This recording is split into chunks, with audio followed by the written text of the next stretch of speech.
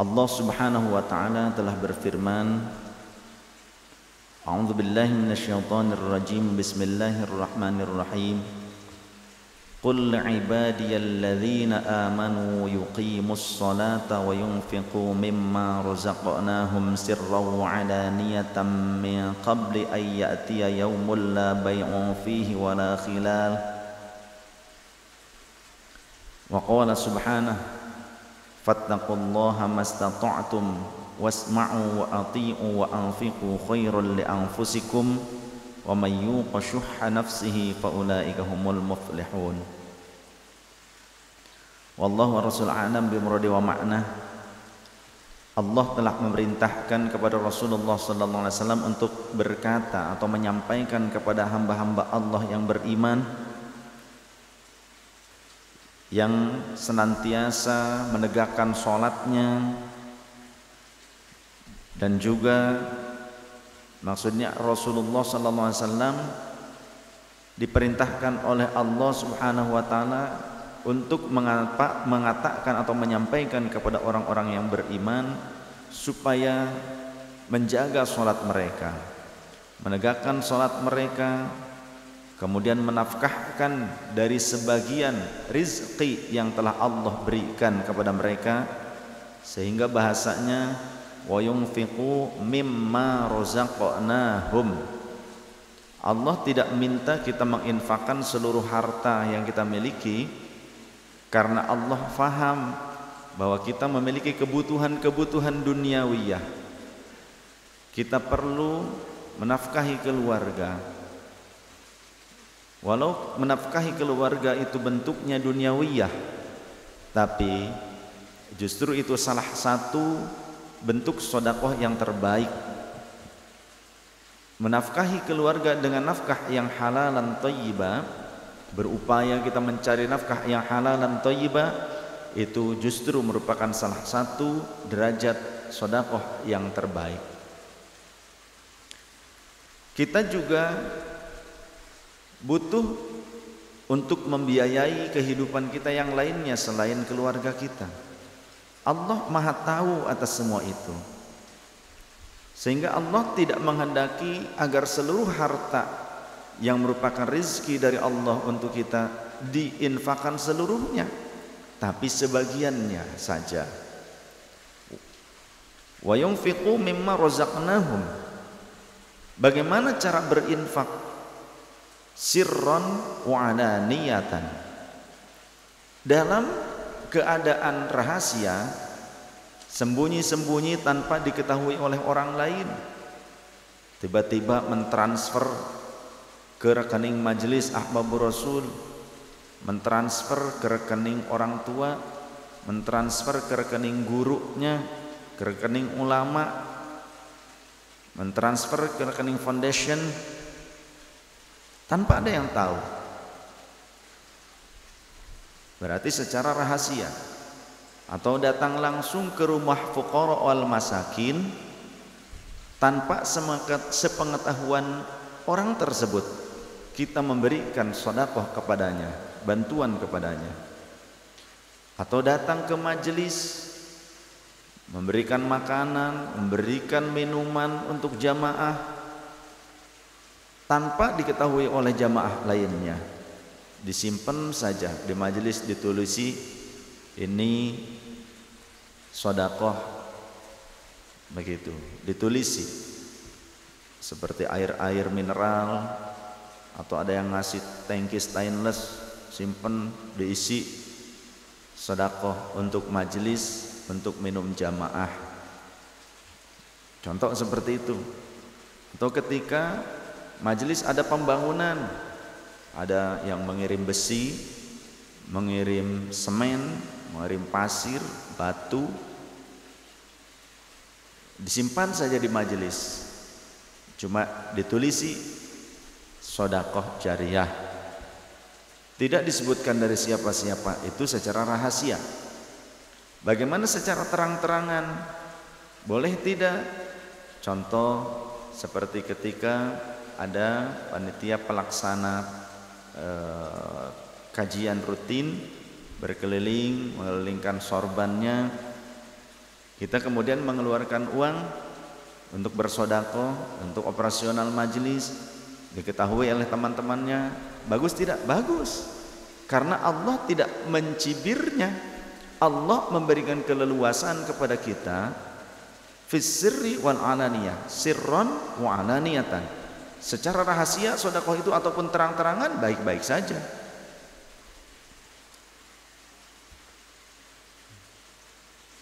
Yang penting tulus, ikhlas karena Allah Subhanahu wa taala. Hendaknya orang-orang yang beriman menjaga sholatnya dan mau rutin menafkahkan sebagian rezeki yang Allah berikan kepada mereka min qabli ayyatiya yaumul la bai'un fihi wala khilaf, sebelum datang hari yang tidak akan bermanfaat jual beli ataupun kekerabatan. Kapan itu? Pada saat kematian dan terlebih pada hari kiamat. Allah Subhanahu wa taala juga berfirman, fattaqullaha mastata'tum, bertakwalah kalian kepada Allah sekuat tenaga kalian, semampu kalian. Karena ketika kita dituntut untuk total mengikuti Rasulullah, siapa yang mampu? Sekelas sahabat saja mereka merasa tidak mampu mengikuti persis seperti Rasulullah sallallahu alaihi wasallam ketika Allah memerintahkan ittaqullaha haqqa tuqatih. Sahabat merasa berat. Kemudian turun ayat fattaqullaha mastata'tum, bertakwalah kalian kepada Allah sekuat kalian, sekuat tenaga kalian, semampu kalian. Maka di sini ada keringanan sesuai dengan kemampuan. Artinya Allah tidak memaksakan kita melebihi batas kemampuan kita. La yukallifullahu nafsan illa wus'aha. Allah tidak membebani seseorang di luar batas kemampuannya. Wasma'u wa ati'u, dan dengarkanlah nasihat agama oleh kalian, wa ati'u, dan taatilah oleh kalian Rasul kalian itu, wa anfiqu khairan li anfusikum, dan keluarkanlah infak, itu akan baik untuk kalian. Kebaikan dari infak sedekah itu akan kembali kepada si pelakunya. Dari ayat-ayat ini, padahal masih banyak ayat-ayat yang lain yang menjelaskan bahwa sedekah, infak sedekah itu memiliki beberapa fadilah. Di antaranya 1 dibalas 700. Mathalul ladzina yunfiquna amwalahum fi sabilillahi kamathali habbatin ambatat sab'a sanabila fi kulli sumbulatin mi'atu habbah wallahu yudha'ifu liman yasha wallahu wasi'un alim. Perumpamaan sedekah itu bagaikan satu benih ditanam kemudian muncul 7 ranting. Setiap ranting akan menumbuhkan 100 biji. Berarti total 1 dibagi menjadi, atau 1 dikali 700. Di dalam kitab khumasinya Imam As-Suyuti, Zakara As-Suyuti fi khumasihi, Imam As-Suyuti telah menuturkan di dalam kitab khumasinya, anna thawabas shadaqati khamsatu anwa'in. Sesungguhnya pahala sedekah itu terbagi menjadi 5 tingkatan. 5 tingkatan sedekah.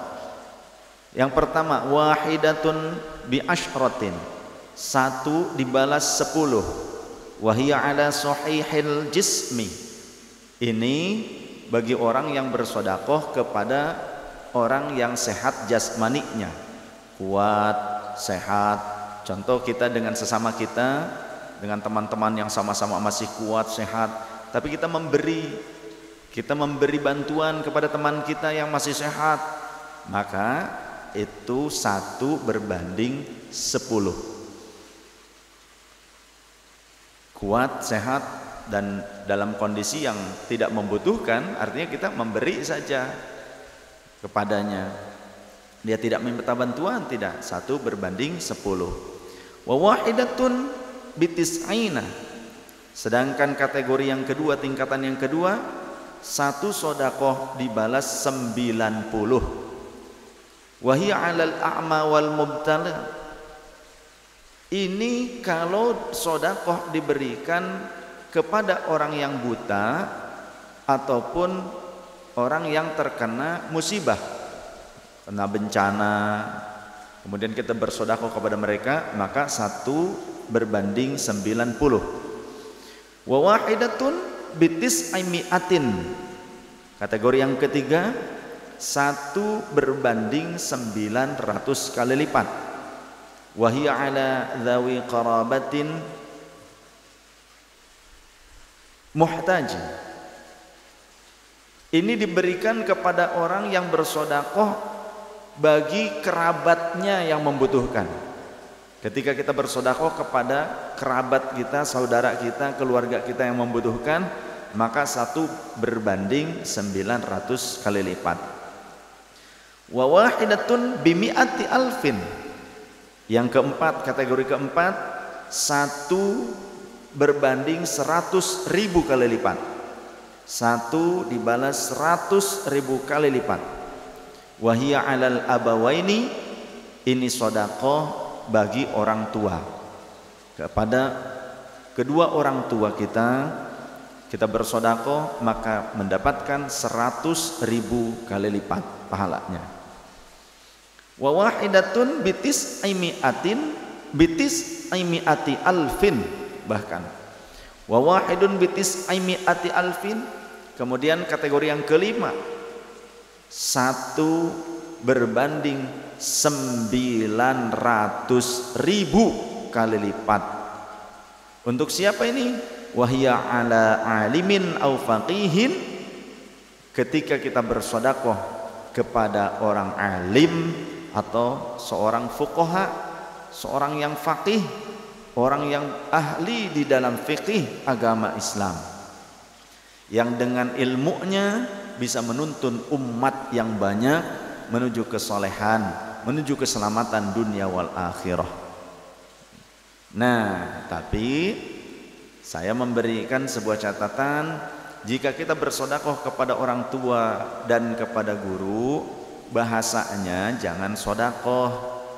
Kalaupun diamplopin, memberi kepada guru, sodakoh kepada guru, jangan ditulis sodakoh, tapi tulisannya hadiah, akadnya hadiah. Kepada orang tua juga begitu.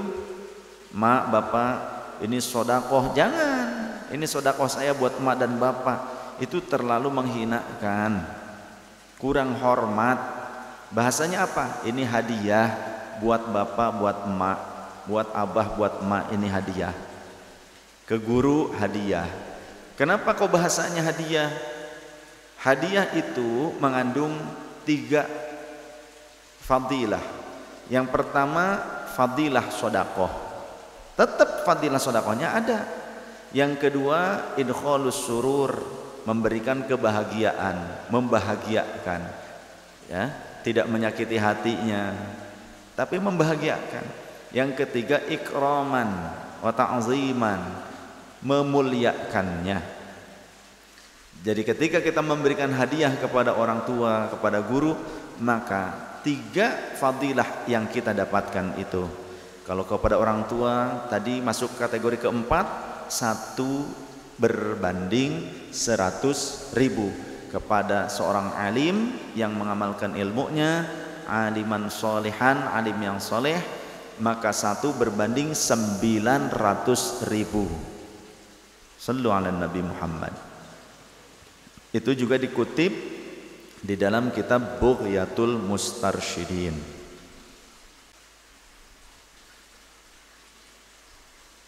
Anna Rasulullah sallallahu alaihi wasallam qala, sesungguhnya Rasulullah sallallahu alaihi wasallam bersabda, qala Allah taala, Allah taala berfirman di dalam hadis qudsi, anfiq ya ibna adama yunfiq alaika, muttafaq alaih. Kata Allah di dalam hadis qudsi disampaikan oleh Rasulullah, berinfaklah wahai anak Adam, wahai manusia, maka engkau akan dicukupi, engkau pun akan dianugerahi. Begitu. Hadis ini sahih menurut Imam Bukhari dan Imam Muslim. Kemudian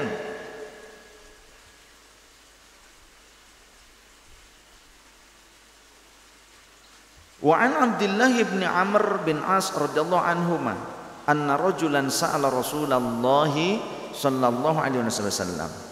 Ada seorang laki-laki yang bertanya kepada Rasulullah sallallahu alaihi wasallam, ayyul islami khairun? Ajaran Islam, bagian ajaran Islam yang terbaik itu apa ya Rasulullah?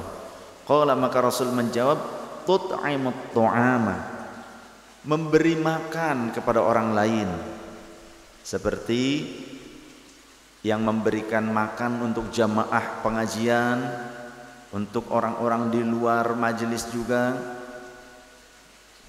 bahkan termasuk kepada orang-orang yang dianggap gila sekalipun, ada di trotoar, ada di mana orang gila, berikan makan untuk mereka.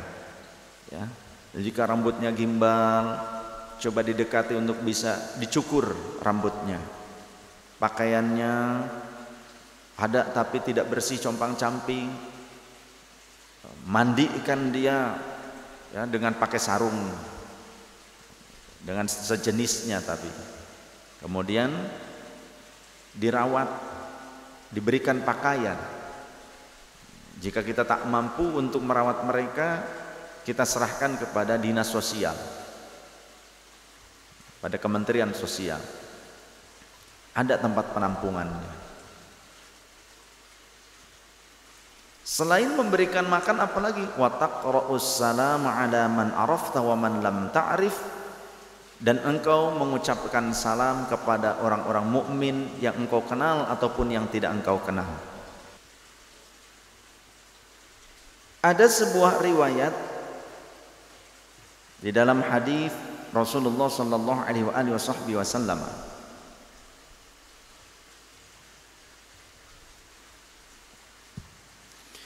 Zakaron Nabi sallallahu alaihi wasallam an-nara. Rasulullah bercerita tentang neraka. Fata'awwadha minha wa asyaha biwajhihi. Maka Rasulullah saat itu meminta perlindungan kepada Allah agar terhindar dari neraka dan memalingkan wajahnya. Sakit apa? Saking takut. Ya. Thumma dzakaran nara fata'awwadha minha wa asyaha biwajhihi. Allahumma a'idna minan nar. Rasulullah sampai memalingkan wajahnya saking seolah-olah terlihat neraka itu. Ketika Rasul menceritakan neraka, seolah-olah terlihat.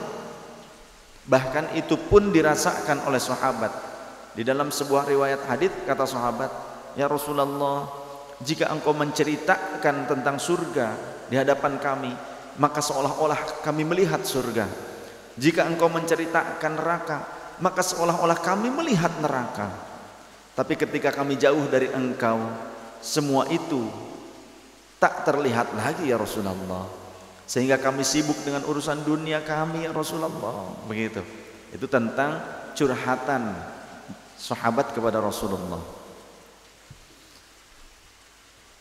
Andaikan kalian bisa tetap kondisi kalian seperti halnya kalian bersamaku, maka tentu itu lebih baik bagi kalian, kata Rasul. Kemudian qala Syu'bah amma marrataini fala asyukku. Aku tidak ragu Rasulullah mengucapkannya sampai 2 kali pada saat itu. Aku ingat dan tanpa ragu bahwa aku ingat Rasulullah mengucapkannya sampai 2 kali. Tsumma qala, kemudian beliau mengucapkan, ittaqun nar walau bisyiqqi tamratin. Takutlah kalian atas neraka, lindungilah diri kalian dari neraka. Maksudnya begitu. Fa illam yakun fa bi kalimatin thayyibatin walau bisyiqqi tamratin. Ittaqun nar walau bisyiqqi tamratin. Lindungilah diri kalian dari neraka walaupun hanya dengan mensodakohkan setengah dari bagian daging kurma.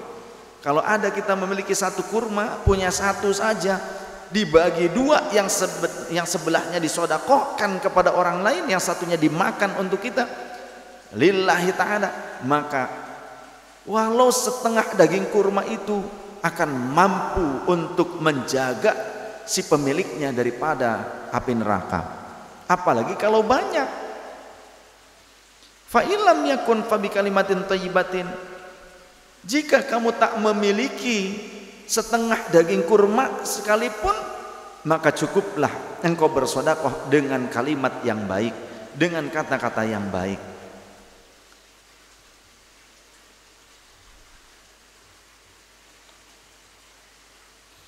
Lantas berapa banyak dari kita yang telah kita berikan untuk memberi makan orang lain?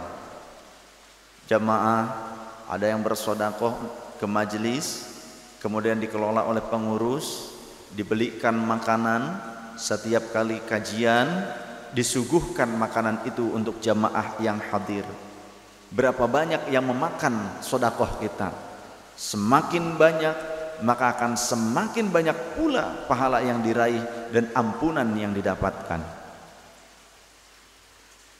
Jadi bersyukurlah bagi Anda semua yang telah bersedekah, kemudian sedekahnya dibelikan makanan, digunakan untuk menjamu semua orang-orang yang menjadi tamunya Allah, tamunya Rasulullah yang datang ke majelis ini. Berarti manfaat. Dibelikan air minum, diminum oleh setiap jamaah yang mau mencari ilmu, yang mau berzikir, yang mau bertaubat di majelis ilmu ini. Semua mendapatkan segaran dari air minum yang kita belikan tadi. Bagaimana fadilahnya? An Abi Hurairah radhiyallahu anhu anna Rasulullah sallallahu alaihi wasallam qala baina rajulun yamshi fashtadda alaihi al-'atashu. Suatu ketika tatkala seorang laki-laki berjalan kaki, ternyata rasa haus melanda dirinya, sangat haus, luar biasa, dahaga yang melilitnya. Fanazala bi'ran fashariba minha. Ketika ia melihat ada sebuah sumur, ia lalu turun ke dalam sumur dan minum dari air sumur tersebut. Thumma kharaja fa idzan huwa bikalbin yalhathu ya'kulu thara minal 'atashi.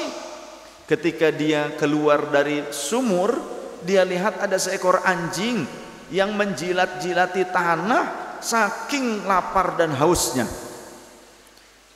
Di daerah yang panas, udara yang sangat panas akan terlihat seperti adanya genangan air, namanya fata morgana. Apalagi di saat makhluk hidup sedang bertahan hidup dengan derasnya ujian lapar dan haus. Lelah pikiran itu sudah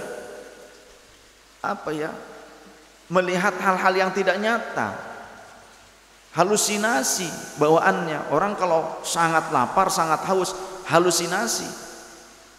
Makanya di dalam hukum fikih, bagi hakim, jaksa, kalau sedang lapar gak boleh memutuskan suatu keputusan, tidak boleh menghadiri sidang kalau sedang lapar, karena bisa-bisa nanti kacau, cara berpikirnya tidak objektif. Apalagi kalau dengan urusan uang, ya. Kalau sudah dengan urusan uang, kira-kira uangnya ada di siapa yang paling gede? Nah, kita untungkan saja orang ini, nanti supaya dia bayar. Gak boleh. Tapi sekarang banyak oknum hakim dan jaksa, juga pengacara yang seharusnya menegakkan keadilan sebagai perangkat hukum negara, sebagai sebuah uswah di masyarakat, wakil-wakil Tuhan di bumi, makan ya makan kenyang, minumannya juga ada cafe latte, ya. Pokoknya minuman udah segala minuman yang segar-segar, fasilitas sudah sangat-sangat mewah fasilitasnya, kendaraan, gajinya. Tapi kenapa? Walau tidak lapar, tapi kok keputusannya tidak objektif? Karena ia menjual hukum yang seperti itu akan ada di kerak neraka.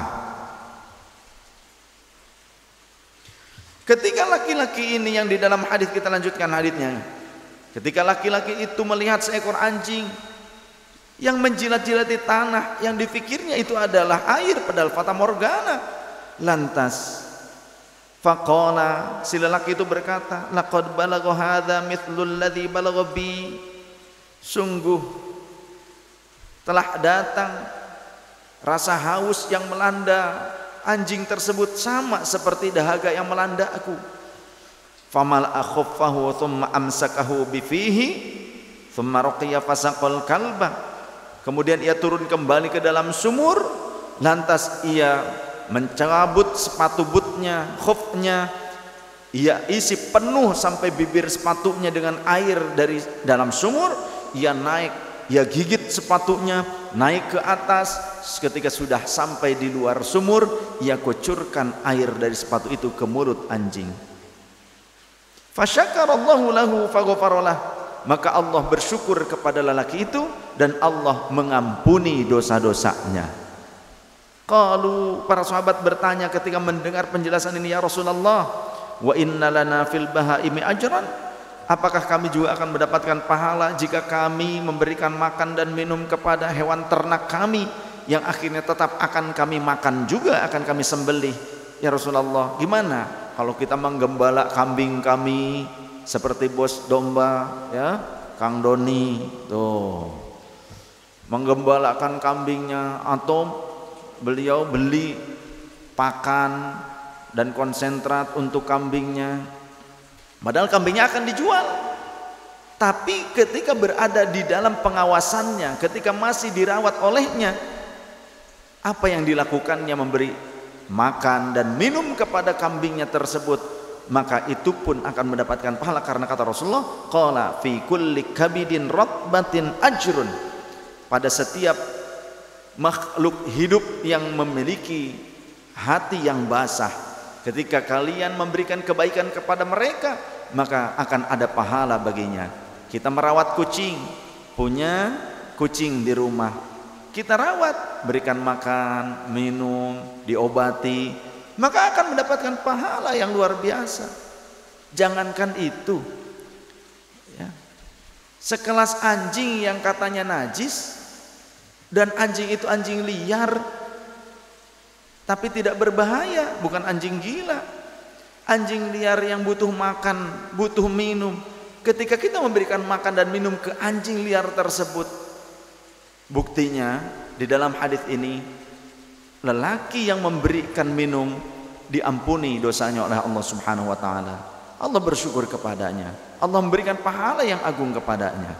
Di dalam riwayat yang lain, seorang wanita, sehingga nanti di akhiratnya wanita tersebut akan diselamatkan dari api neraka. Berapa banyak minuman yang disediakan untuk jamaah, terlebih untuk orang-orang yang mau ngaji.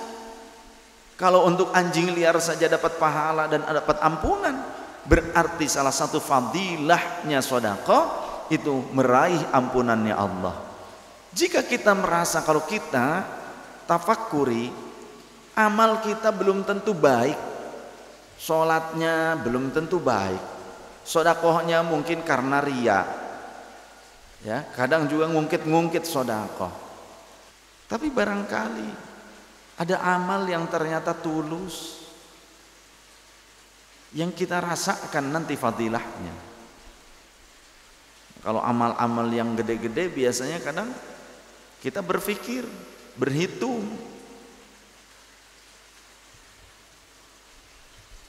Begitu pula dengan dosa. Begitu banyak dosa yang telah kita tumpuk. Lantas cukupkah amal kita untuk menjadi bekal keselamatan di akhirat, untuk meraih surganya Allah? Sedangkan dosa begitu banyak menumpuk, lebih banyak dibandingkan amalnya.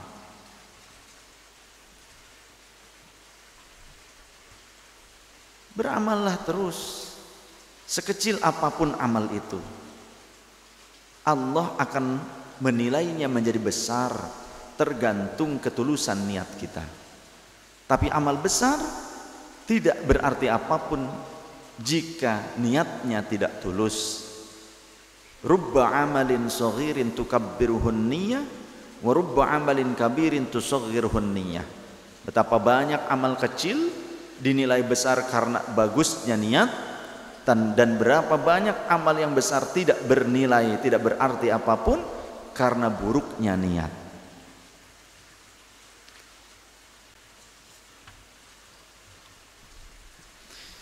An Jabirin qala qala Rasulullah sallallahu alaihi wasallam, "Man sayyidukum ya Bani Salamah?"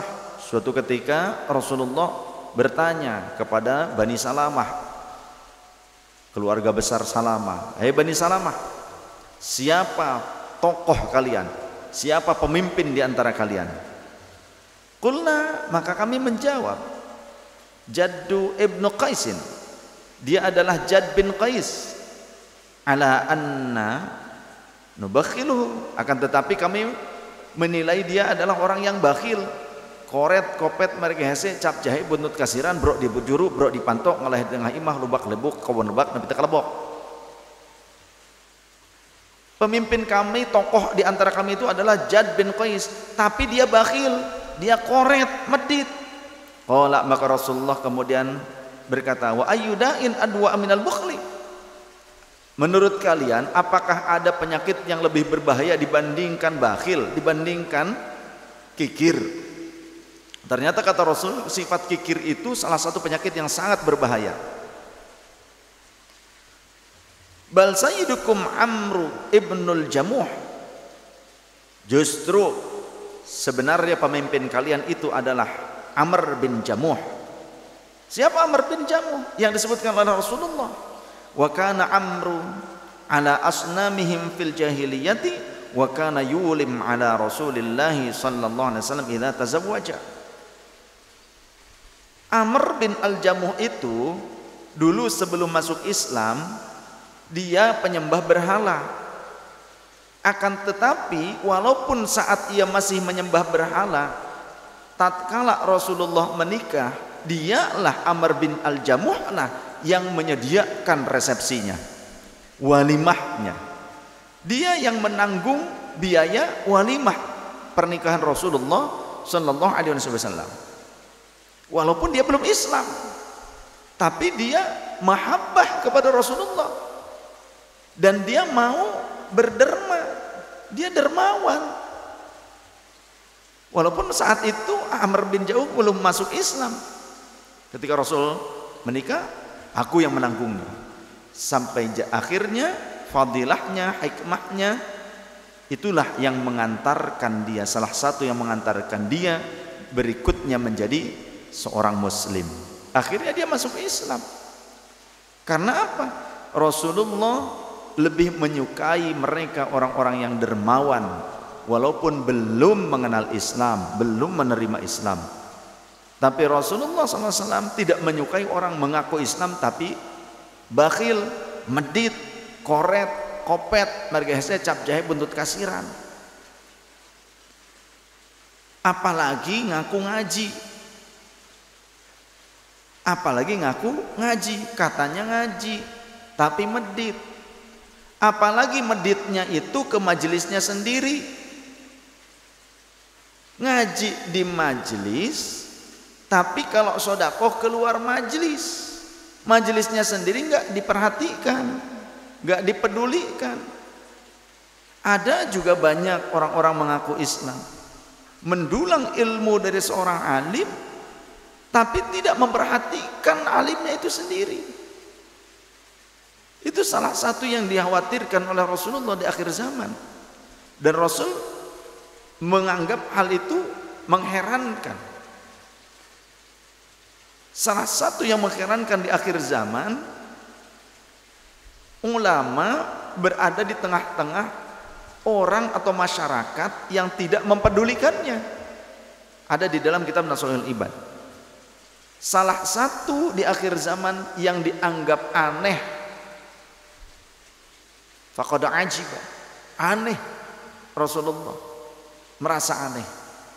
Apa salah satunya? Keberadaan ulama di tengah-tengah masyarakat yang tidak mau mempedulikannya. Ngaji embung, memperhatikan pun tidak mau. Ya, boro-boro memperhatikan, ngaji aja enggak, apalagi seperti itu.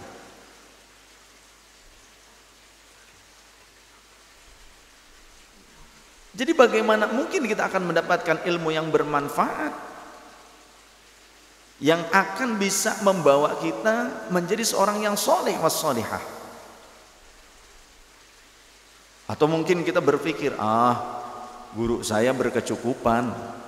Contoh kan banyak kiai-kiai yang terlihat berkecukupan, guru-guru ngaji yang mungkin terlihatnya berkecukupan, sehingga ada murid-muridnya yang berpikir demikian. Guru saya mah nggak usah dibantu, nggak usah kita menafkahi guru kita. Karena apa? Sudah berkecukupan kok. Terlihatnya seperti itu. Nah, sikap seorang murid yang seperti ini pantas apa tidak? Al-Quran menjawab, perlukah kita memperhatikan orang-orang yang berjuang dalam dakwah ini, walaupun kita mungkin melihatnya berkecukupan seolah-olah, bukan seorang fakir. Apakah kita menginginkan jika guru-guru kita itu menjadi orang yang fakir? Ada sebagian kalangan manusia yang tidak punya akal sehat. Kalau melihat guru ngaji, Allah berikan kecukupan, kemudian orang tersebut berkomentar, guru ngaji eta mah hubbud dunya, katanya begitu. Padahal tidak meminta fasilitas tersebut, tidak memaksa orang supaya memenuhi keinginannya untuk memiliki kemewahan, tidak. Allah saja yang memberikannya kecukupan tersebut. Ya. Itu ada orang-orang yang seperti itu. Tapi tatkala andai orang itu punya guru ngajinya fakir, miskin, kemudian minta bantuan kepada dia, paling dia mau bantu 1, 2, 3 kali. Selebihnya kalau gurunya minta bantuan karena kefakirannya, karena kemiskinannya, orang itu akan berkata, guru teh menta wae. Paling juga begitu ya kan? Jadi ulama diberikan rizki oleh Allah salah itu. Ulama minta bantuan karena kefakirannya, karena sesuai dengan pikiran dia, idealnya guru ngaji itu harus miskin. Ketika miskin minta bantuan, salah. Jadi yang benar yang gimana? Yang benar yang bakhil gitu, koret.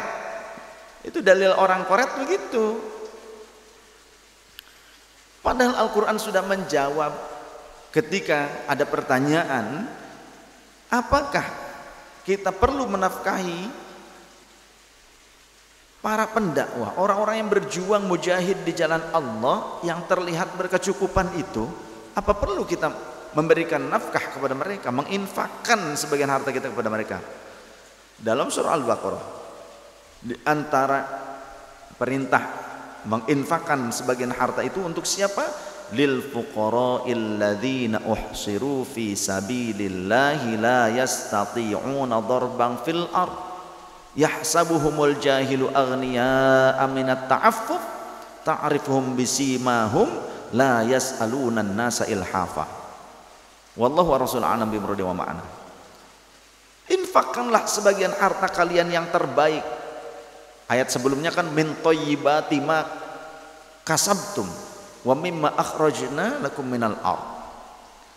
Dari yang terbaik dari sebagian hasil kasab kalian. Min thayyibati ma razaqnakum, di ayat sebelumnya ada kalimat begitu. Wa mimma akhrajna lakum minal ard. Dan dari apa yang kami munculkan dari bumi untuk kalian, kandungan-kandungan alam. Kalian bekerja di pabrik besi, kalian bekerja di pabrik otomotif, bahan bakunya adalah biji besi. Kalian bekerja di pabrik pres plastik, kandungan bahan bakunya dari biji plastik. Kalian yang bekerja di perusahaan garmen, bahan bakunya dari kapas, dimunculkan dari tumbuhan. Kalian bekerja di retail, penjualan sembako, ada beras, muncul dari padi. Allah munculkan itu semua untuk kalian. Ada yang usahanya air minuman, itu juga dari tanah oleh Allah dimunculkan untuk kalian. Min thayyibati ma kasabtum, dari yang terbaik hasil kasab kalian, wa mimma akhrajna lakum minal ardh. Bahkan ada kalimat wala tayammamul khabitha minhu tunfiquna walastum biakhidhihi illa an tughmidu fihi. Jangan kalian memberikan yang terburuk, jangan memberikan yang dinilai oleh kalian sendiri. Kalau kalian diberi sama orang, kalian akan memicingkan mata kalian. Bersedekah dengan yang terbaik, bukan yang menurut kalian sendiri. Kalau kalian diberi oleh orang lain, kalian akan memicingkan mata. Naon ti bangsa kitu. Kita sendiri ternyata akan berpikir demikian, tapi kita kalau memberi kepada orang lain, kenapa kok seperti itu? Nah, sedekah yang terbaik ini diantaranya untuk siapa? Lil fuqara'il ladzina uhsiru fi sabilillahi la yastati'una darban fil ard. Untuk orang-orang yang berjuang di jalan Allah, yang sampai-sampai mereka tidak ada waktu untuk bekerja mencari nafkah. Mereka fokuskan, mereka hibahkan seluruh kehidupannya, seluruh waktunya untuk agama, untuk Allah Ta'ala. Sampai mereka nggak berpikir saya kerja, saya bisnis, nggak ada waktu. Karena dipikirnya kalau dia ikutan kerja, ikutan bisnis, nanti tugasnya ulama akan diambil oleh orang-orang awam yang berlagak jadi ulama. Artis nggak mondok, nggak apa, ngaku jadi ustad dan siap memberikan tausiah. Ulama masih banyak padahal mah pesantrenan yang beneran ngelotok ilmunya, kenapa nggak dipakai? Seperti itu. Orang baru belajar dari internet sedikit, dari buku sedikit, kemudian berlagak menjadi ulama. Nah, ketika orang alim beneran ini tidak diperhatikan, maka mereka akan berupaya untuk bertahan hidup bersama keluarganya. Mereka akan memilih mencari nafkah yang halal. Karena orang alim, dia akan mencari nafkah yang halal. Menurut dia itu lebih wajib untuk menafkahi keluarga, bertahan hidup. Biarlah dakwahnya sebisanya saja. Akhirnya justru lebih intens mencari nafkah, susah payah. Ditinggalkanlah tugasnya sebagai seorang muallim. Karena apa? Karena kesalahan kita juga sebagai umat, tidak mau memperhatikan mereka, tidak peduli kepada mereka. Begitu dipikirnya. Yahsabuhumul jahilu aghniya aminat ta'affuf, kata Allah Ta'ala dalam Al-Quran. Orang-orang bodoh menganggap mereka itu sebagai orang kaya. Bahkan disebut bodoh, al-jahil. Orang-orang bodoh yang gak ngerti menganggap mujahid-mujahid ini sebagai orang kaya. Yahsabuhumul jahilu aghniya aminat ta'affuf. Kenapa kok disebut kaya? Minat ta'affuf. Saking ulama ini, mujahid ini, mereka ingin menjaga kehormatan mereka, selalu berupaya menjaga kehormatan mereka. Apa cirinya? Ta'rifuhum bisimahum, kalian tahu ciri-ciri mereka. Apa itu? La yas'alunan nasa ilhafa. Beliau-beliau ini tidak meminta dengan paksa kepada orang lain, tidak membebani orang lain, tidak bikin beban untuk orang lain kepada jamaahnya, sehingga jamaahnya kalau nggak ngasih nggak enak, merasa nggak enak. Nggak, dia selalu berupaya untuk tidak meminta-minta bahkan kepada muridnya sendiri. Ini cirinya. Justru yang seperti ini sering terlewat. Yang seperti ini malah oleh kita dibiarkan memenuhi beban tanggungan jihadnya, dakwahnya sendirian. Walaupun terlihat berkecukupan, tapi jika seluruhnya dibebankan kepada orang itu, kepada guru ngaji satu orang itu, berat. Tapi kalau bersama-sama oleh kita bantu dakwahnya, ringan. Bahkan mungkin penghasilan orang-orang yang bercompang-camping, kemudian duduk di pertokoan, di depan toko, di depan supermarket atau minimarket, pura-pura pakai pakaian compang-camping supaya diibai oleh orang lain iba kepadanya. Ternyata setiap hari penghasilannya besar. Saya pernah mendapati orang-orang seperti ini.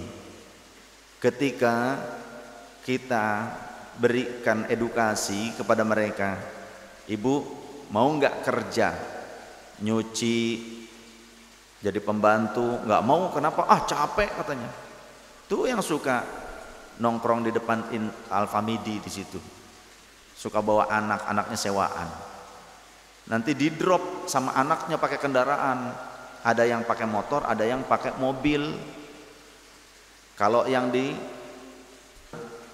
Kertabumi, ada yang suka keliling di Kertabumi, kadang juga suka nongkrong di depan mall atau di minimarket atau di tukang bakso. Kadang itu di drop oleh anak, dijemput oleh anaknya. Waktu itu ketika kami makan di Uduk PLN, depan PLN, si Abah masih ada almarhum, saya dengan Umi makan di situ.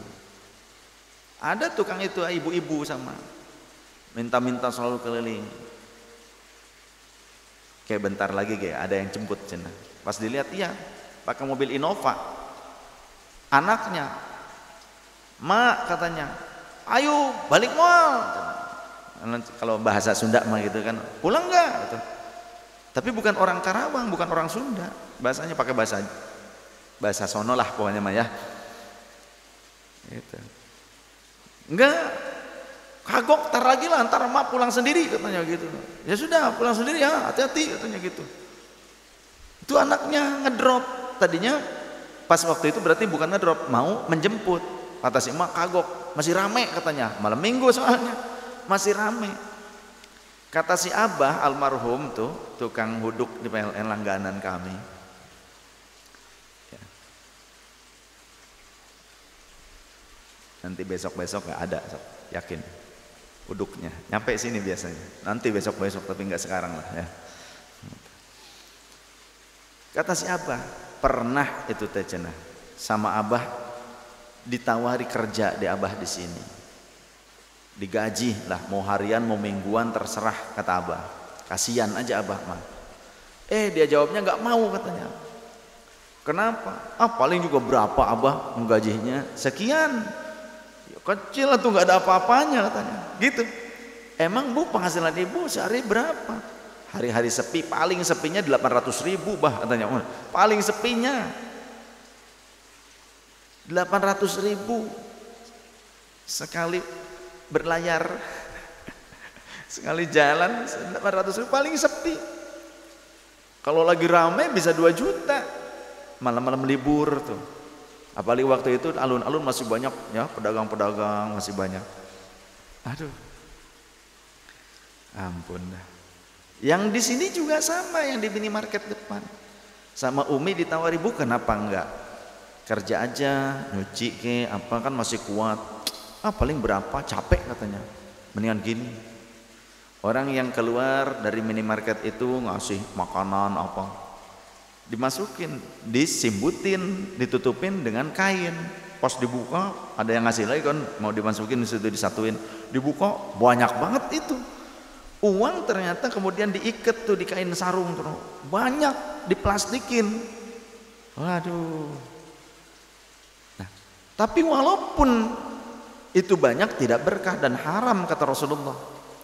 Orang yang masih mampu untuk bekerja mencari nafkah untuk keluarganya tapi dia minta-minta, haram hukumnya. Alaihi la'nah, dilaknah. Artinya perbandingannya gini, orang yang dianggap miskin ketika banyak orang-orang yang memperhatikannya, kemudian memberi kepadanya dengan iba, ternyata terkumpul uang yang banyak. Seperti di berita-berita kan banyak ya, ada yang punya emasnya banyak, uang sampai puluhan juta terkumpul. Nah, jika ada guru ngaji yang dianggap berkecukupan, tapi seluruh beban perjuangannya kita tidak peduli, kita sama-sama tidak peduli nih, biarin aja lah, akhirnya dia tanggung semuanya.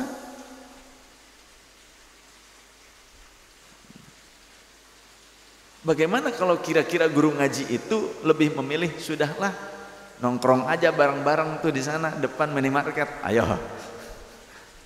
Nanti yang ngajarin agama siapa? Rusak nanti. Kalau seperti itu keadaannya. Maka Allah memberikan guidance kepada kita. Bagi mereka, mereka itu memiliki ilmunya.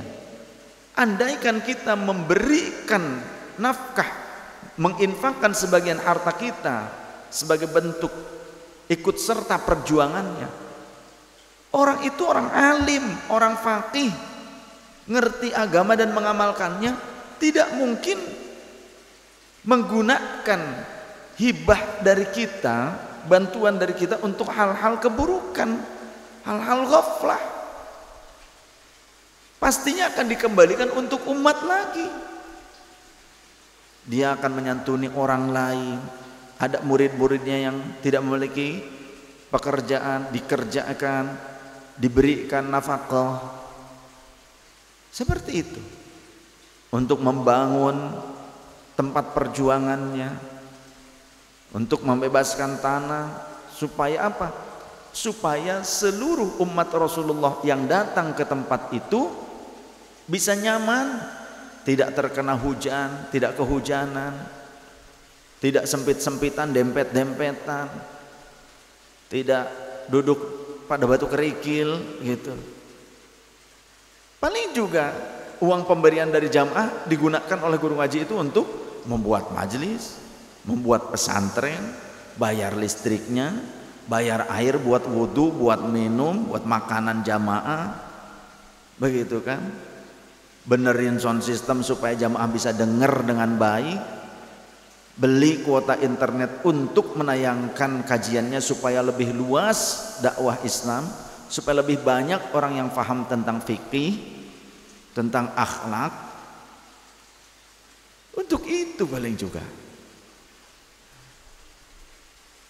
Tapi coba yang nongkrong di situ tadi, yang dapat uang banyak, buat apa kira-kira? Apakah untuk kemaslahatan umat? Tidak. Boro-boro ingat sholat ya hente, sholat aja enggak, ya begitu kadang. Jadi jawabannya sudah ada di dalam Al-Quran. Rasulullah SAW bahkan menyatakan, sayati zamanun ala ummati yafirruna minal ulama'i wal fuqaha fayabtaliyahumullah bithalathi baliyatin. Nanti di akhir zaman akan datang suatu zaman kepada umatku, di mana umatku akan berpaling daripada ulama dan fuqaha, enggak peduli kepada ulama dan fuqaha.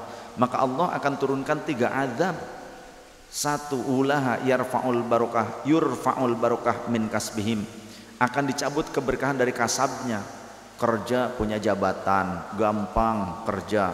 Kerja punya penghasilan banyak, punya harta banyak, tapi enggak berkah.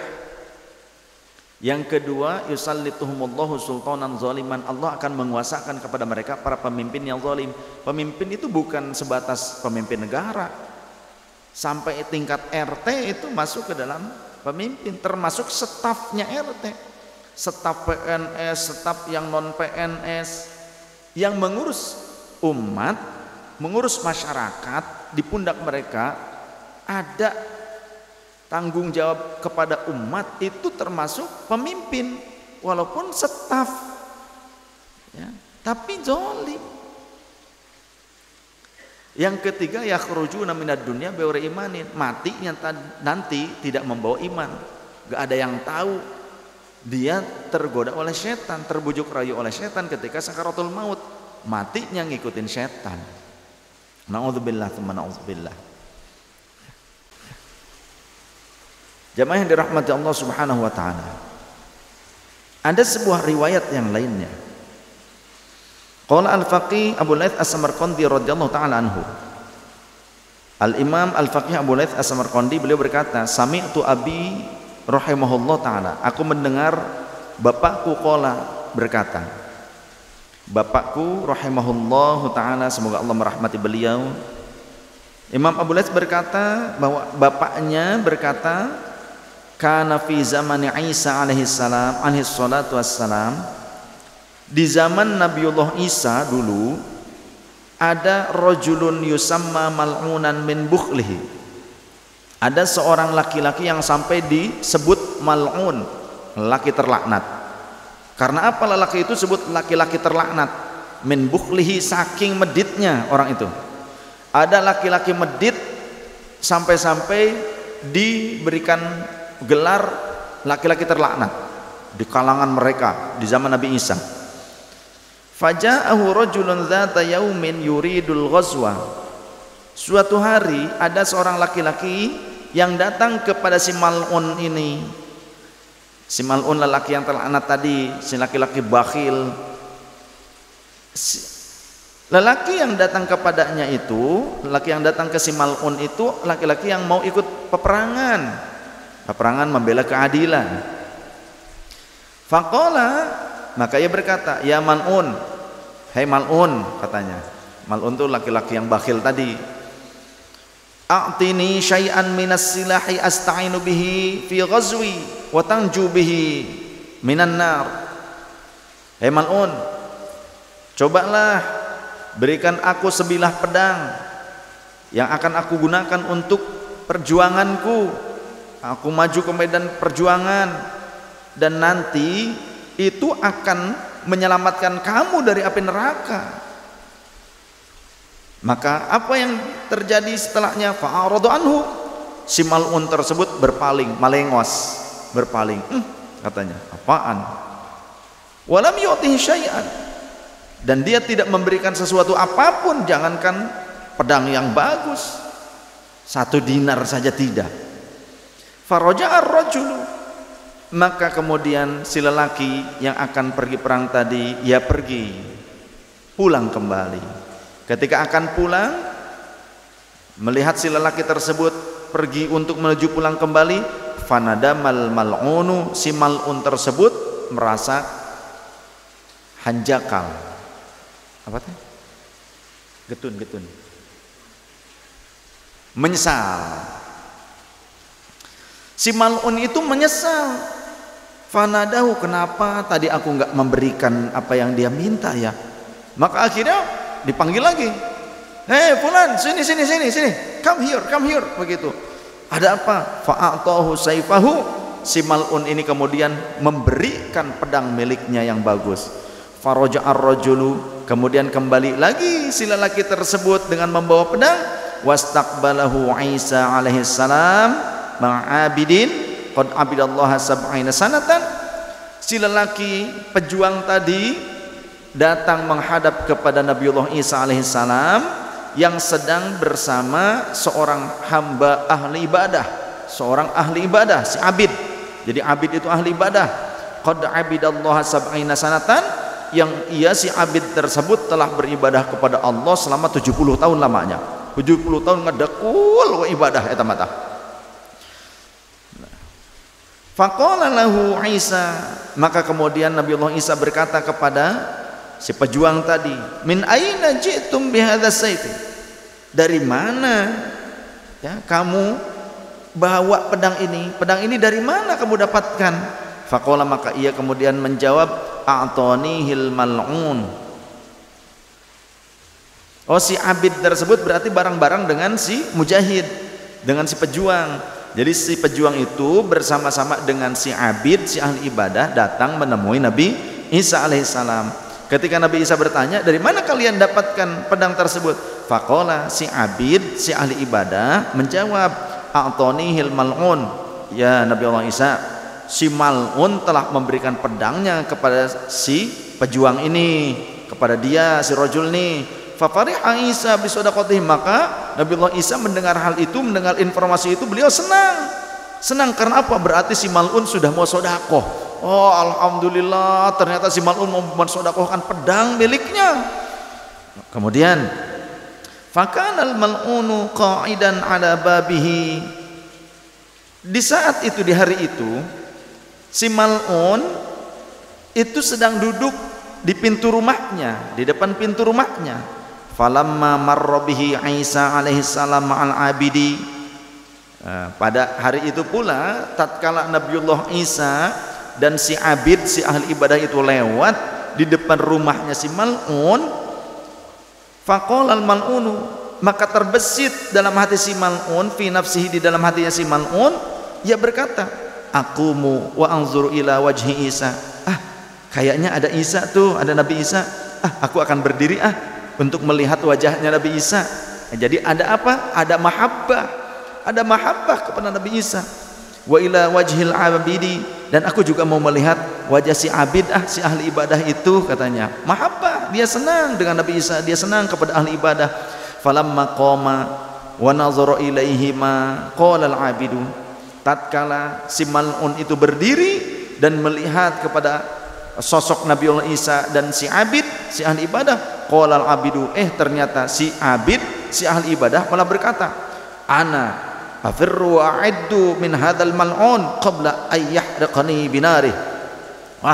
Aku akan berlari, aku akan menghindar dari si mal'un ini sebelum apinya menyambar diriku, sebelum api keburukannya itu akan menyambar aku. Begitu maksudnya, sebelum malapetaka, apa bahasa lainnya, apes gitulah ya, sebelum keapesan itu melanda aku, datang kepadaku, jangan sampai aku dekat-dekat nih sama si mal'un, ntar kebawa apes lagi, gitu kurang lebih bahasanya. Aku mau menghindar aja, takut apes nih kalau dekat-dekat si mal'un. Kata si abid, si ahli ibadah, fa'auhallahu azza wa jalla ila Isa alaihissalam.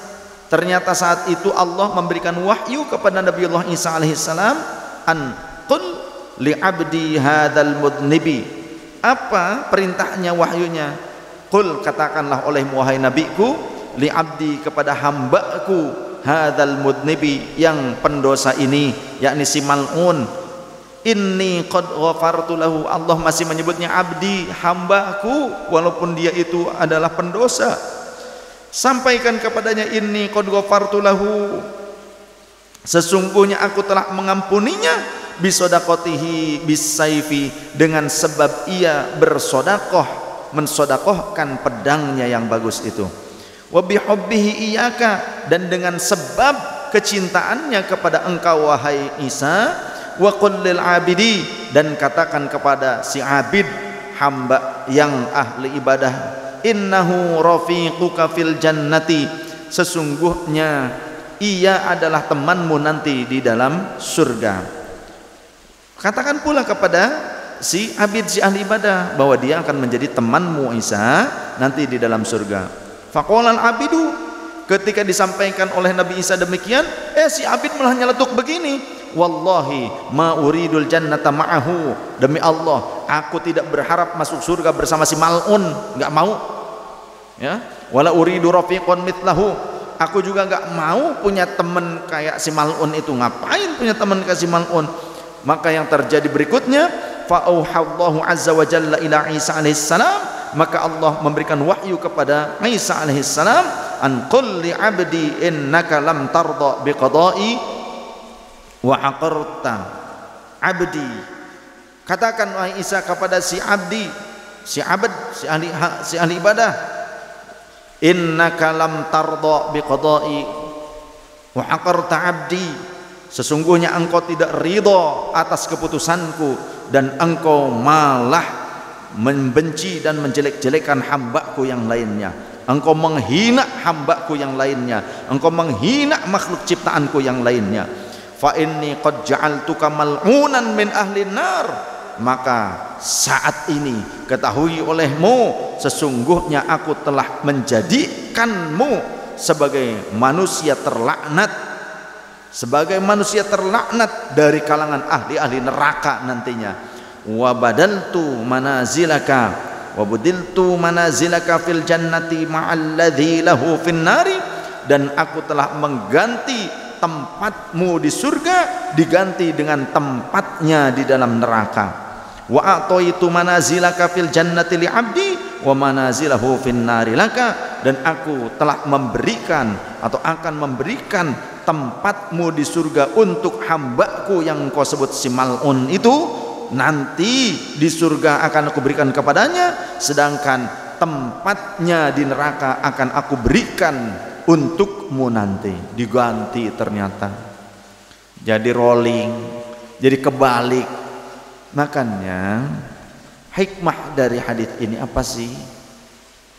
Hikmah dari cerita ini, jangan kita mudah menjustifikasi orang lain, jangan menghinakan orang lain sejelek apapun dia. Jika kita melihat perilakunya buruk, maka kita ingkar kepada perilakunya. Jika perilakunya itu berkenaan dengan masalah hukum, maka hukum tetap harus ditegakkan. Tapi kita jangan menghinakan pelakunya, jangan menghina orangnya.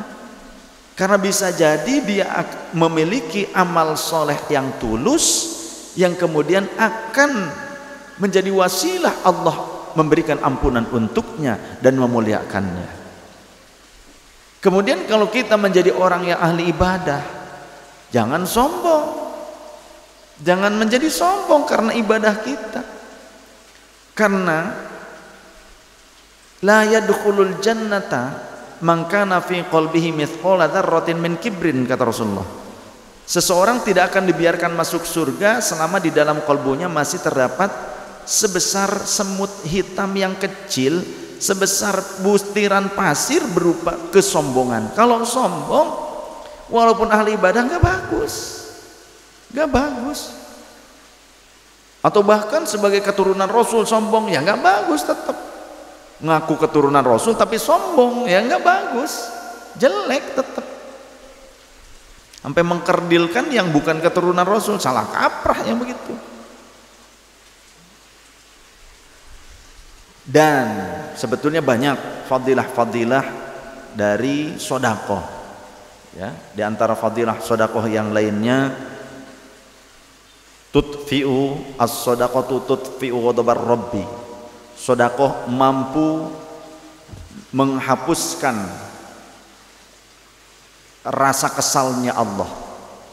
Kalau Allah murka karena kesalahan kita, ketika kita dermawan, senang bersodakoh lillah, tulus ikhlas, maka sodakoh itu, sodakoh yang tulus ikhlas, mampu menghapuskan kemurkaan Allah Subhanahu wa ta'ala. Kama tutfi'ul ma'u an-nara, seperti air yang mampu memadamkan api. Ada hadits Rasul sallallahu alaihi wasallam, hassinu amwalakum bizzakati, lindungilah harta kalian dengan zakat. Nah, zakat wajib. Kalau zakat itu sodakoh wajib, makanya zakat didahulukan dibandingkan sodakoh tatawwu', sodakoh sunnah, ya. Zakat dulu kan, jangan lupa. Jangan ini mah keinginan-keinginan yang lain didulukan, ya. Beli motor heula zakat mah engke. Liburan dulu zakat mah nanti. Beli pakaian dulu zakat mah nanti. Zakat dinantikan, keinginan yang lain dulu. Beli jam tangan dulu zakat mah nanti saja.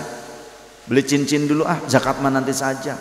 Beli emas rembel ta ibu-ibu, zakat mah nanti. Nah, jangan begitu, zakat dahulukan. Karena zakat itu mampu menjadi perisai, pelindung harta kita. Wadawu mardakum bis sadaqah, dan obatilah penyakit-penyakit kalian dengan sedekah. Walaupun hadis ini hadis dhaif, tapi masih boleh diamalkan karena dalam konteks fadailul a'mal.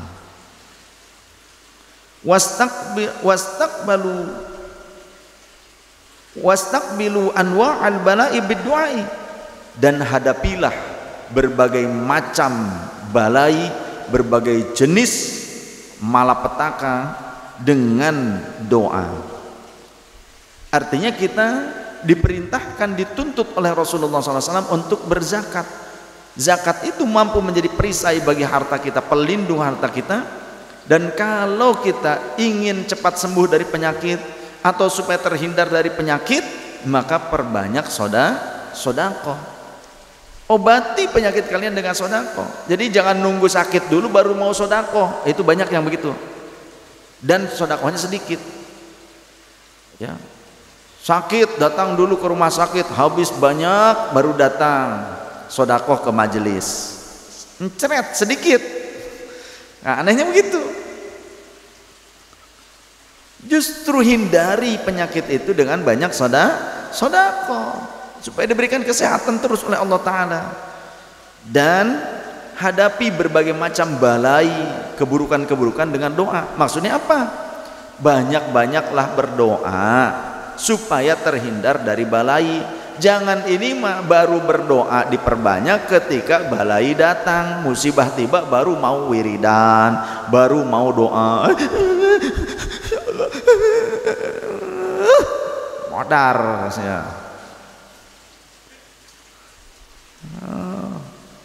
Ketika enak, sukses, nyaman, rehat, santai, kaya, nggak mau doa, santuy saja.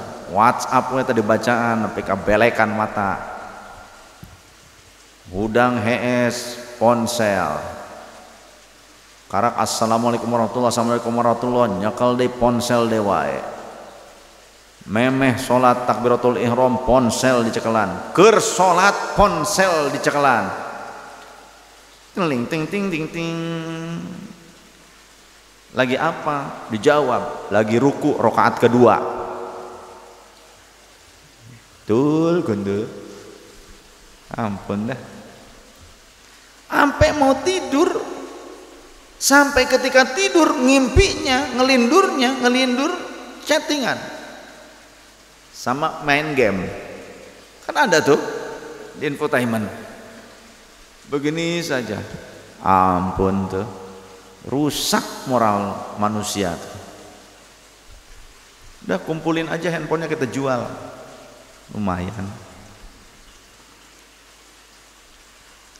Jadi perbanyak doa. Karena apa? Karena kata Rasulullah SAW di dalam hadits yang sahih, perbanyaklah oleh kalian berdoa jika kalian senang, jika Allah kelak akan memberikan atau mempercepat perlindungannya kepada kalian. Man sarrahu ayyustajaba lahu fisyada'idi wal qurabi falyukthirid du'a fir raha. Siapa yang senang jika doanya diijabah di saat genting, di saat butuh benar, di saat kesulitan datang kepadanya, maka perbanyaklah doa di saat santai, di saat berkecukupan, di saat enak.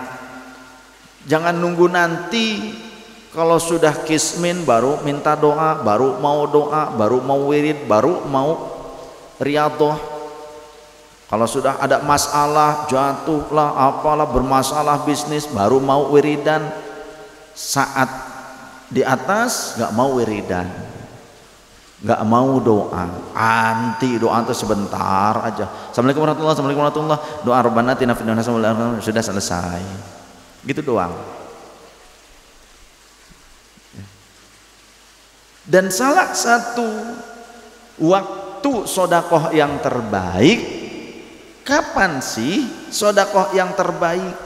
Di antaranya ketika engkau berkecukupan, ketika engkau kaya dan engkau takut miskin, itu salah satu waktu sedekah yang terbaik. Engkau kaya, berkecukupan, sehat walafiat dan takut miskin, saat itu adalah salah satu waktu yang terbaik. Jangan nunggu nanti kalau ada masalah, jatuh dari kekayaannya baru mau sedekah. Jangan seperti itu. Kemudian kapan lagi? Apakah kita harus kaya dulu kemudian sedekah? Allah berfirman di dalam Al-Quran, Bismillahirrahmanirrahim, liyunfiq dhu sa'atin min sa'atih Wa man qudira alaihi rizquhu falyunfiq mimma atahu Allah. La yukallifullahu nafsan illa ma ataha. Sayaj'alullahu ba'da usri yusra. Surah At-Talaq ayat 7. Wallahu wa rasul a'lam bimurad wa ma'na. Berinfaklah kalian bagi orang yang memiliki keluasan rezeki, berinfaklah min sa'atih, dengan keluasan rezekinya itu, dari bagian keluasan rezekinya. Wa man qadara alaihi rizquhu falyunfiq mimma atahu Allah. Dan bagi orang yang disempitkan rezekinya, dibatasi rezekinya, disedikitkan hartanya, maka tetaplah berinfak dengan apa yang Allah berikan kepadanya. La yukallifullahu nafsan illa ma ataha. Allah tidak membebani seseorang kecuali dengan apa yang Allah berikan kepadanya. Saya ja'alullahu ba'da usri yusra. Maka nanti Allah akan mendatangkan kemudahan setelah masa sulit. Artinya ketika kita di masa sedang banyak harta, punya kontrakan 100 pintu contoh, sedekahlah dengan kekayaan kita, dengan keluasan rezeki kita. Jangan sencret-sencret. Tapi bagi orang yang ternyata rezekinya dibatasi, masih dibatasi oleh Allah Ta'ala, cobalah tetap bersedekah. Karena dengan sedekah itu masa sulit akan diganti oleh Allah dengan masa mudah, dengan masa enak nanti. Jadi kalau kita mau sedekah, insya Allah akan menjadi jalan keluar bagi permasalahan kita. Salah satu cara untuk keluar dari permasalahan dan terhindar dari permasalahan adalah memperbanyak sedekah. Waktu yang terbaik untuk sedekah, kata Rasulullah sallallahu alaihi wasallam, bahwasannya ma tala'at syamsun illa bu'itha bi janbataiha malakani yunadiyani wa innahuma yasma'ani ahlul ardi illa thaqalaini. Tidaklah matahari terbit kecuali Allah akan mengutus di antara pagi dan sore harinya, awal hari dan ujung harinya. Ketika terbit matahari waktu subuh, ketika terbenam matahari di waktu maghrib, akan ada dua malaikat yang diutus khusus oleh Allah Subhanahu wa Ta'ala pada hari itu, yang ia menyeru kepada seluruh manusia, dan seluruh makhluk bumi akan mendengarnya. Pepohonan, batu-batuan, hewan-hewan, air, api, angin, dan yang lainnya itu mendengar, kecuali jin dan manusia. Mereka berkata, menyeru para malaikat itu, ayyuhan nas halummu ila rabbikum fa innama qalla wa kafa khairun mimma kathura alha. Wahai sekalian manusia, ayo bersegeralah kalian datang kepada Tuhan kalian. Sesungguhnya yang sedikit itu mencukupi jika ternyata itu baik, dan lebih baik bahkan dibandingkan yang banyak, akan tetapi sia-sia. Sedikit pun tidak masalah, yang penting baik, benar. Akan tetapi yang banyak kalau tidak baik, tidak benar, maka itu sia-sia. Wa malakani yunadiyani. Kemudian malaikat tersebut kemudian berkata, Allahumma ajil limunfiqi malihi khalafan. Ya Allah, segerakanlah kau berikan balasan berupa kebaikan-kebaikan yang berlimpah, yang beruntun bagi orang yang menginfakkan hartanya pada hari ini. Wa ajil limumsiki malihi talafan. Dan ya Allah, segerakanlah kau hancurkan orang yang mengekang hartanya dari berinfak, tidak mau berinfak. Berikan kehancuran yang beruntun bagi mereka. Ada dua malaikat yang masing-masing berdoa berbeda doanya. Satu minta kepada Allah supaya disegerakan, diberikan kebaikan-kebaikan yang berlimpah terus berturut-turut kepada orang yang mau berinfak di hari tersebut. Sedangkan satu malaikat minta supaya Allah menghancurkan segera, membangkrutkan segera orang-orang yang kikir, yang medit di hari tersebut, tidak mau bersedekah di hari tersebut. Nah, supaya kita dapat kebaikan dari doa malaikat yang berdoa baik tadi, di setiap subuh kita bersedekah, itu salah satu waktu yang terbaik untuk bersedekah. Jadi ini yang saya rasakan, waktu terbaik sedekah salah satunya adalah di waktu subuh. Kemudian jika di waktu subuh tidak bisa, di waktu sorenya menghadapi malam. Itu di dalam riwayat yang lain di waktu subuh saja. Maka yang terbaik di waktu subuh. Karena juga kalau subuh masih di pabrik, datangnya nyampainya ke rumah pagi, nggak persis subuh nggak apa-apa, yang penting di pagi hari. Karena ada sebuah riwayat hadis, bakiru bis shadaqah, berpagi-pagi harilah kalian dengan beramal sedekah. Fa innal balaa la yatakhatta bis shadaqah, karena balai, malapetaka, keburukan tidak akan mampu menerjang benteng sedekah. Yang tadinya akan ada balai yang sangat besar menimpa, dengan sedekah akan tersaring hanya debu-debunya saja barangkali, atau sama sekali terhindar. Seperti itu yang kita harapkan. Inilah fadilah-fadilah sedekah yang mungkin sebagiannya saja yang dapat saya sampaikan saat ini. Insya Allah kita akan sambung kembali di masa yang akan datang.